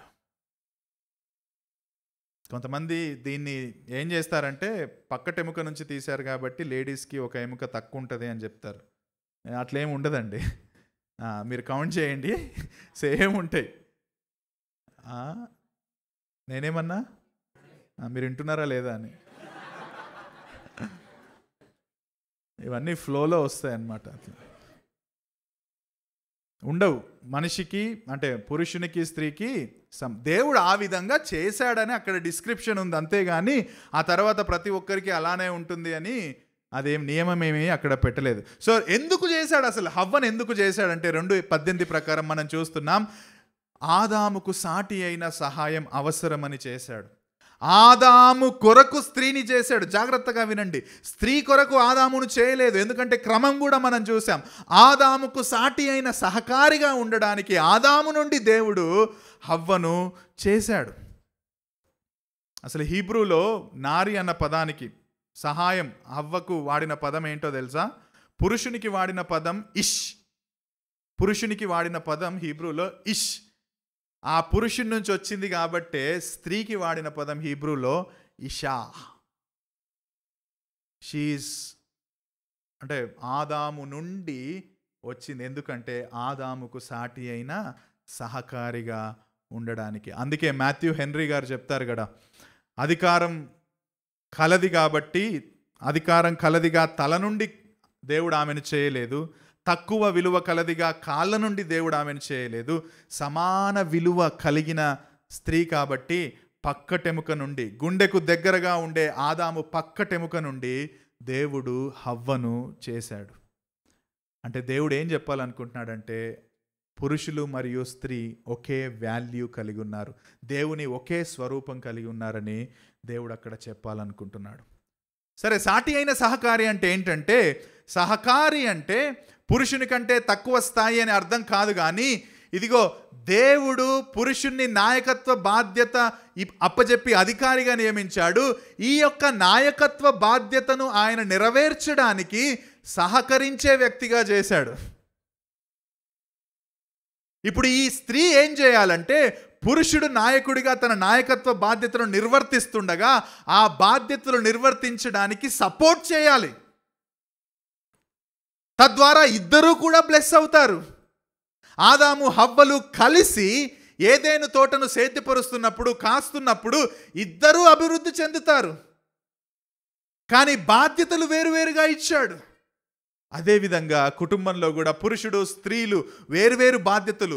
భార్య భర్తకు తన బాధ్యతలు నెరవేర్చడానికి సపోర్ట్ సిస్టంగా ఉండాలి. కానీ భార్య భర్త ప్లేస్ తీసుకోవడానికి బైబిల్ అనుమతించదు. Man is the responsible leader, not women. And that is good for women. Feministic movement ఈ మధ్యలో చాలా రోజుల నుంచి ఉంది. Feministic movement, we are equal with men. Especially ఇట్లా వరల్డ్ కప్ విన్ అయినప్పుడు, దేశం మొత్తానికి ఒక ఫీమేల్ ఏదైనా గోల్డ్ మెడల్ ఏదో తెచ్చినప్పుడు, we have proved it again that we are not inferior to men. That is not biblical అండి.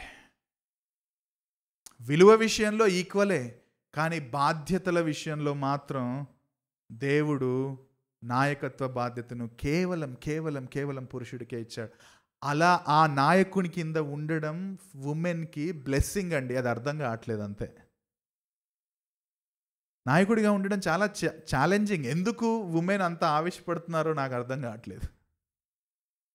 Already we are carrying a lot of burden. We are responsible people before God. We are accountable people before God. Women, స్త్రీలు సహకారిగా ఉండడానికి పిలిచాడు. కానీ ఆదాము యొక్క ప్లేస్ని తీసుకొని నాయకత్వ బాధ్యతలు తీసుకోవడానికి దేవుడు నియమించినట్టుగా బైబిల్లో లేదు. అండ్ బై ద వే, సహకారిగా ఉండడం అంటే ఇన్ఫీరియర్గా ఉండడం కూడా కాదు. ఎందుకంటే ఆ పదాన్ని వాడితే మనం పదం చూడడం చాలా మంచిదేమో. ఆ పదానికి హిబ్రూలో వాడిన పదం ఏంటంటే సహకారిగా ఎజేర్. ఆ ఎజేర్ అన్న పదాన్ని బైబిల్లో దేవునికి వాడారు. కీర్తన 33:21 మన ప్రాణము యెహోవా కొరకు కనిపెట్టుకొనుచున్నది, ఆయనే మనకు సహాయము. ఒకవేళ సహకారిగా ఉండడం ఇన్ఫీరియర్ అయితే దేవుడు ఇన్ఫీరియర్ అయిపోతాడండి. ఎందుకంటే ఆ పదాన్ని దేవుడికే వాడారు కదా. కీర్తన 115లో కూడా, ఇశ్రాయేలీయులారా యెహోవాను మీరు నమ్ముకోండి, ఆయన వారికి ఎజేర్. దేవుడే మీకు సహాయం, దేవుడే మీకు తోడు. మరి అలాంటప్పుడు దేవుడు సెకండ్ గ్రేడ్ అయిపోతాడా? సో సహకారిగా ఉండడం ఇన్ఫీరియర్ కాదు. సహకారిగా ఉండడం దేవుని దృష్టిలో ఆధిక్యత. సహకారిగా ఉండడం దేవుని దృష్టిలో ఆశీర్వాదం. అది బలహీనత కాదు, లేకపోతే ఇన్ఫీరియర్గా ఉండడం అసలే కాదు. ఒక రకంగా చెప్పాలంటే దేవుని విమోచన ప్రణాళికలో ఆయన ఏదైతే నెరవేర్చాలనుకున్నాడో దేవుడు అది సంపూర్ణం చేయడానికి అసంపూర్ణుడిగా ఉన్న ఆదాముతో దేవుడు హవ్వను జతపరిచి ఆదామును సంపూర్ణం చేశాడు. ఆదాము హవ్వ లేకుండా అసంపూర్ణుడిగా ఉన్నాడండి. ఎప్పుడైతే హవ్వ వచ్చిందో అప్పుడు ఆదాము సంపూర్ణుడయ్యాడు. వారిద్దరి ద్వారా ఇప్పుడు 1వ అధ్యాయం 27వ వచనంలో, మీరు ఫలించి అభివృద్ధి పొంది భూమిని నిండించి ఏలండి అంటున్నాడు. ఎందుకు అనంటే వారి ద్వారా ఒకరోజు యేసుక్రీస్తు ప్రభుని ఈ లోకానికి ఆయన తీసుకొని రాబోతున్నాడు. తన విమోచన ప్రణాళికను నెరవేర్చబోతున్నాడు. ఆ తర్వాత యేసుక్రీస్తుకు సమస్త అధికారాన్ని ఆయన 2వ రాకడలో ఇవ్వబోతున్నాడు. కాబట్టి ఆదాము దగ్గరికి ఆయన హవ్వను తీసుకొచ్చాడు. The very creation of Adam and Eve, వాళ్ళిద్దరిని దేవుడు చేయడం, ఆ సృష్టి యొక్క ఉద్దేశం ఏంటో తెలుసా? ఆయన విమోచన ప్రణాళికలో భాగం. అందుకే marriage should reflect the ultimate marriage of Christ and church అని మనం చూస్తాం. భర్త తన నాయకత్వ బాధ్యతలు నిర్వర్తించడానికి సహాయం చేయాలి భార్య, కానీ తాను నాయకురాలిగా ఉండడానికి ప్రయత్నం చేయకూడదు. భర్త నిర్ణయాలకు సలహాలు సూచనలు ఇస్తూనే అంతిమంగా భర్త నిర్ణయాలకు లోబడాలి. ఆయన ఫెయిల్ అవుతాడు, అయినా లోబడాలి. ఆయన తప్పుడు నిర్ణయాలు తీసుకుంటాడు, అయినా లోబడాలి. ఎందుకంటే he is going to give an account of his failures. తప్పకుండా ఆయన అకౌంటబుల్, దేవుని ఎదుట ఆయనే అకౌంటబుల్. కానీ భార్యగా నువ్వేం చేయాలంటే ఆయనకు లోబడి ప్రోత్సహించాలి. ఆయన తప్పు చేసినప్పుడు, ఆయన పాపం చేసినప్పుడు, ఆ నిర్ణయం మీ కుటుంబానికి అఫెక్ట్ అయిపోయినప్పుడు, నేను చెప్పినా కదా, వింటావా నా మాట? నువ్వు అసలు వినవు, ఎన్నిసార్లు చెప్పినా అంతే, నువ్వు ఇట్లనే తయారైనవు నువ్వు. ఇది కాదు మాట్లాడాల్సింది. He learned a lesson. ఆయన వినుంటే మంచిదే, కానీ హీ లెర్న్డ్ ఎ లెసన్. ఏమండి, నేను చెప్పాను కదా ముందే, అట్లా వద్దని చెప్పాను కదా, మీరు నా మాట వింటే బాగుండేదండి అంటే, అవునమ్మా నన్ను క్షమించు, సరేనండి ఇప్పుడు ప్రార్థన చేద్దాం, నెక్స్ట్ టైం మీరు కొంచెం వైజ్గా డెసిషన్ తీసుకుంటే బాగుంటుందండి అని అట్లా చెప్పాలి. కానీ అంతేను, నేను నా మాట వినవు. That's how you should support. సాటి అయిన సహకారిగా ఉండడం అంటే అది. భర్త బయట పని చేస్తుంటే భార్యగా ఇంటి పనులు ఆనందంగా చేస్తూ భర్తకు సహకరించాలి. భర్తలు భార్యలు నువ్వు బయట పని చేయాలని ఒత్తిడి చేయొద్దు. భార్యలు కూడా ఇంట్లో పని చేస్తూ, ఇదే పని నాకు, పొద్దున్న లేస్తే ఇవే బట్టలు ఉతకాలి, ఇవే ఒంట్లు తోమాలి, ఇంతే నా జీవితం అని మీరు కూడా ఇన్ఫీరియర్ ఫీల్ అవ్వద్దు. సహకరించాలి. ఆయన బయటికి వెళ్ళి పని చేస్తున్నాడు, దేవుడు మీకు ఇంటి పని ఇచ్చాడు, ఆనందంగా చేయాలి. నాకు కొన్నిసార్లు మా వంటింట్లోంచి చిన్నగా అరుపులు వినబడతాయి. అరుపులు అంటే శబ్దాలు వినబడతాయి. అంట్లు దోముకుంటూ కొన్ని శబ్దాలు వినబడతాయి. ఏంట్రా అని అప్పుడప్పుడు అనుకుంటా ఉంటా. ఆమె ప్రార్థన చేస్తుంటుంది అంట్లు దోముకుంటూ. అంటే షీఈస్ డూయింగ్, చాలా సంతోషంగా చేస్తుంది ఆ పనులు. సో మీరు కూడా ఫీల్ అవ్వకండి, భర్త బయట పని చేస్తున్నాడు, నేను ఇంట్లో పని చేస్తున్నా, that's how I support my leader. ఆ విధంగా సంతోషంగా ప్రతి పని కూడా దేవునికి మహిమకరంగా చేయాలన్న దృక్పథం సహకారులుగా మీకు కూడా ఉండాలి. ఇంట్లో నాకు అస్సలు పని చేయవు, బయట పోయి తిరిగి వస్తావు, నువ్వు అస్సలు పని, ఎప్పుడైనా జాడకట్ట పట్టినావా నువ్వు? అసలు ఇంట్లో నాకు అస్సలు పని చేయవు, నువ్వు చేయి, దేవుడు నీకు ఇచ్చాడుగా బాధ్యత. ఆయన చేస్తే మంచిది, అప్పుడప్పుడు చేద్దాం మనం కూడా. కానీ ఆయన చేయట్లేడు కాబట్టి ఇది గునుక్కుండా చేయడం అనేది మంచిది కాదు. బికాజ్ ఇది మంచి పని దేవుడు ఇచ్చాడు మీకు. అది సహకారిగా ఉండడం అంటే. సామెతల గ్రంథంలో అందుకే ఆ మాట ఉంటుంది, చేయుటకు దేవుడు నీకు ఇచ్చిన పని శక్తి వంచన లేకుండా చేయి ఫస్ట్. నువ్వు నీ భర్తను గౌరవించు, నీ భర్తను అభినందించు. ఈ మాట అడగనివ్వండి, భార్యలను అడగనివ్వండి. ప్రతిసారి భర్తలను తిడతా ఉంటా, సో అందుకని ఈరోజు కొంచెం మీరు సైలెంట్గా ఉండండి. మీ భర్తలు బయట పోయి పని చేస్తుంటే, చాలా కష్టపడుతుంటే, ఏనాడైనా నీ భర్తను అప్రిషియేట్ చేశారా అండి మీరు? ఇండియాలో అస్సలు చెయ్యరు కాబట్టి చెప్తున్నా.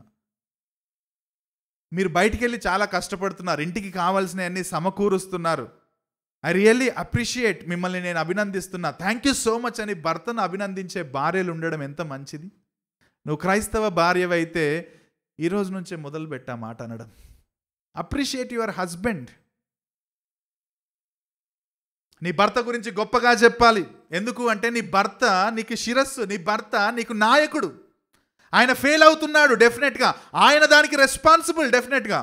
కానీ నీ భర్తను గౌరవించకుండా ఆయన నుంచి నువ్వు ప్రేమను ఎక్స్పెక్ట్ చేయకు. అండ్ భర్తలారా, నువ్వు ఆమెను ప్రేమించకుండా ఆమె నుంచి నువ్వు గౌరవాన్ని ఎక్స్పెక్ట్ చేయకు. ఆయన నన్ను ప్రేమిస్తే గౌరవిస్తా అని నువ్వు అనకూడదు, ఆమె నాకు లోబడితే ప్రేమిస్తా అని నువ్వు అనకూడదు. ఇద్దరు కూడా ప్రేమగా ఒకరినొకరు గౌరవించడం, ప్రేమించడం బైబిల్ చెబుతుంది. నీ భర్తను ఇతరుల ముందు సపోర్ట్ చేసే సహకారిగా ఉండాలి. ఆయన్ను ఇతరులు గేలి చేస్తుంటే, మీ కుటుంబ సభ్యుల మధ్య డిస్కషన్లో కూడా ఆయన ఎవరైనా తక్కువగా మాట్లాడుతుంటే, బాగా చెప్తున్నారు నా భర్త గురించి అని లోపల సంతోషించొద్దు. He is your leader. నువ్వు సపోర్ట్ చేయి నీ భర్తను. ఎవరన్నా నీ సొంత తల్లి అన్నా సరే, నీ సొంత తండ్రి అన్నా సరే, నీ భర్తను తక్కువ చేసి మాట్లాడుతుంటే నువ్వు నిలబడాలి నీ భర్తకు అండగా, నువ్వు నిలబడాలి నీ భార్యకు అండగా. మనం వదిలేస్తాం మన ఇన్లాస్, మన తల్లిదండ్రులు మన జీవిత భాగస్వామిని తిడుతూ ఉంటే, మన జీవిత భాగస్వామిని ఇండైరెక్ట్గా ఏదో అంటా ఉంటే, ఏదేదో అయినా వదిలేస్తాం. ఇట్లా సంరక్షించాల్సిన వాళ్ళం, ఇమేజ్ని కాపాడాల్సిన వాళ్ళం, భార్యగా భర్తలుగా వి ఫెయిల్. బైబిల్ అంటుంది ఒక్క శరీరంగా ప్రేమించుకోండి, పరస్పరం గౌరవించుకోండి. పాపం చేసినప్పుడు, పాపం చేయమన్నప్పుడు సాటి అయిన సహకారిగా ఉండాల్సిన అవసరం లేదు భార్యలు. కానీ మిగతా అన్ని టైంలో సాటి అయిన సహకారిగా ఉండాలి. అనన్య సప్పిరాల ఉదంతం అందుకే మనకు హెచ్చరికగా దేవుడు పెట్టాడు. సప్పిరా అదే పాపం చేసింది, అనన్య చేసిన పాపమే. కనీసం అప్పుడన్నా వచ్చి చెప్పాల్సింది. పేతురు మిగతా అపోస్తులు అడిగినప్పుడు 5వ అధ్యాయం అపోస్తుల కార్యంలో, ఇంతకేనా అంటే ఇంతకే అయిపోయింది. దేవుడు చంపేశాడు ఇద్దరిని చంపేశాడు దేవుడు. పాపము విషయంలో సాటి అయిన సహకారిగా ఉండకూడదు, కానీ మిగతా అన్ని విషయాల్లో సాటి అయిన సహకారిగా, ప్రభువు కొరకు సాక్షిగా ఉండడానికి భార్య ప్రయత్నం చేయాలి. అందుకు చేశాడండి దేవుడు హవ్వను. ఆదాము హవ్వలు ఏక శరీరముగా తమ వేరువేరు బాధ్యతలను ఏక శరీరముగా ఉండడానికి నిర్వర్తించే విధంగా దేవుడు వైవాహిక వ్యవస్థను ఆది నుండే ఆయన నియమించాడు. వాక్యానుసారమైన నాయకుడిగా మనం ఉన్నామా పరీక్షించుకుందాం. ఈరోజు వాక్యానుసారమైన భార్యగా, సాటి అయిన సహకారిగా మనం ఉన్నామా పరీక్షించుకుందాం. ఈరోజు ఈ రెండిటికి మళ్ళీ అక్కడికే వస్తాను నేను. ప్రేమ. గత వారం కూడా నేను చెప్పాను, ప్రార్థన చేద్దాం. దేవా, నా భార్య పట్ల నేను ప్రేమ కలిగి ఉండడానికి నాకు సహాయం చేయి. నా భార్య అలా ఉంటలేదు, ఇలా ఉంటలేదని కంప్లైంట్స్తో దేవుని దగ్గరికి వెళ్ళడానికి ముందు, దేవా నేను నా ప్రేమను చూపించలేకపోతున్నాను, దేవా నేను నా భర్తను గౌరవించలేకపోతున్నాను అని చెప్పి ముందు మన హృదయాలను దేవుని దగ్గర మనం నగ్నంగా పెట్టుకోవడానికి ప్రయత్నం చేయాలి. మనం మన సమస్యల గురించి దేవుని దగ్గరికి మొదట వెళ్ళాలండి. తర్వాత మన జీవిత భాగస్వామి యొక్క బలహీనతల గురించి వెళ్ళాలి. మనం ఫస్ట్ మన జీవిత భాగస్వామి బలహీనతల గురించే వెళ్తాం. ఆమె ఇట్లా చేస్తుంది కాబట్టి ఆమె హృదయాన్ని మార్చుదేవా, ఆయన ఇట్లా చేస్తున్నాడు కాబట్టి ఆయన హృదయాన్ని మార్చుదేవా. కాదు, ఫస్ట్ నువ్వు భర్తగా, భార్యగా ప్రేమ కలిగి, గౌరవం కలిగి ఉండే విధంగా దేవుడు నీకు సహాయం చేయాలని ప్రార్థన చేయాలి. ఎన్ని పుస్తకాలు చదివినా వేస్టే, ఎన్ని సర్మన్లు విన్నా వేస్టే, ఎన్ని కౌన్సిలింగ్ సెషన్స్ అటెండ్ అయినా వేస్టే. ఫస్ట్ కల్టివేట్ చేసుకోవాల్సింది ఏంటో తెలుసా అండి? లవ్. 1 కొరింథీ 13వ అధ్యాయం, అందుకే గత వారం నేను చెప్పాను, ప్రేమ. దానికి అల్టిమేట్ మాదిరి ప్రభువైన యేసుక్రీస్తే. ఆయన ప్రేమించాడు కాబట్టే ఈ లోకానికి మొదట ఆయన వచ్చాడు. ఆయనే ఇనిషియేట్ తీసుకున్నాడు, ఆయనే మరణించాడు, ఆయనే తిరిగి లేచాడు. ఆయనే నిన్ను నన్ను పాపములో, శాపములో, అపరాధములో చచ్చిన స్థితిలో ఉన్న నిన్ను నన్ను ఆయనే పునరుజ్జీవింపజేశాడు. He took initiation. భర్తగా నువ్వు ఇనిషియేషన్ తీసుకోకపోతే, భార్యగా నువ్వు ఇనిషియేషన్ తీసుకోకపోతే ఏం జరగదు. కుటుంబం కొనసాగుతుంది. 3 పూట్ల భోజనం ఉంటుంది, టీవీ ఉంటుంది, బయటికి వెళ్ళడానికి అప్పుడప్పుడు బయటికి వెళ్ళి సెలబ్రేట్ చేసుకోవడానికి వేడుకలు ఉంటాయి, పిల్లలు ఉంటారు, అన్నీ ఉంటాయి. కానీ ప్రేమ లేకపోతే సమస్తం వ్యర్థమే. కుటుంబంలో ప్రాముఖ్యంగా భార్యాభర్తల మధ్య, తల్లిదండ్రుల మధ్య, పిల్లల మధ్య ఉండాల్సింది ప్రేమ. సో దీనికి పునాది దేవుడు ఆదికాండంలోనే వేశాడు. ఒక్క శరీరం, మర్చిపోకండి ఈ మాట, ఒక్క శరీరం, విడవడం, హత్తుకోవడం, తద్వారా ఏకమవ్వడం. చచ్చిపోయేంత వరకు గుర్తుపెట్టుకోండి ఈ మాట.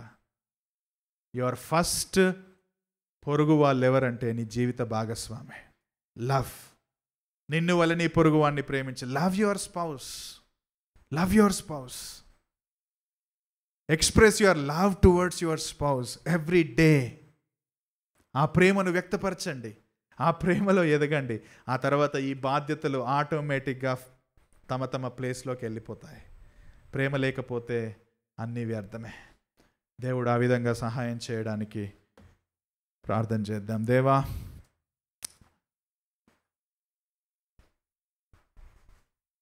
ప్రపంచాన్ని కదిలించే సందేశాలు చెప్పి కూడా, ప్రపంచాన్ని ప్రభావితం చేసే పుస్తకాలు రాసి కూడా,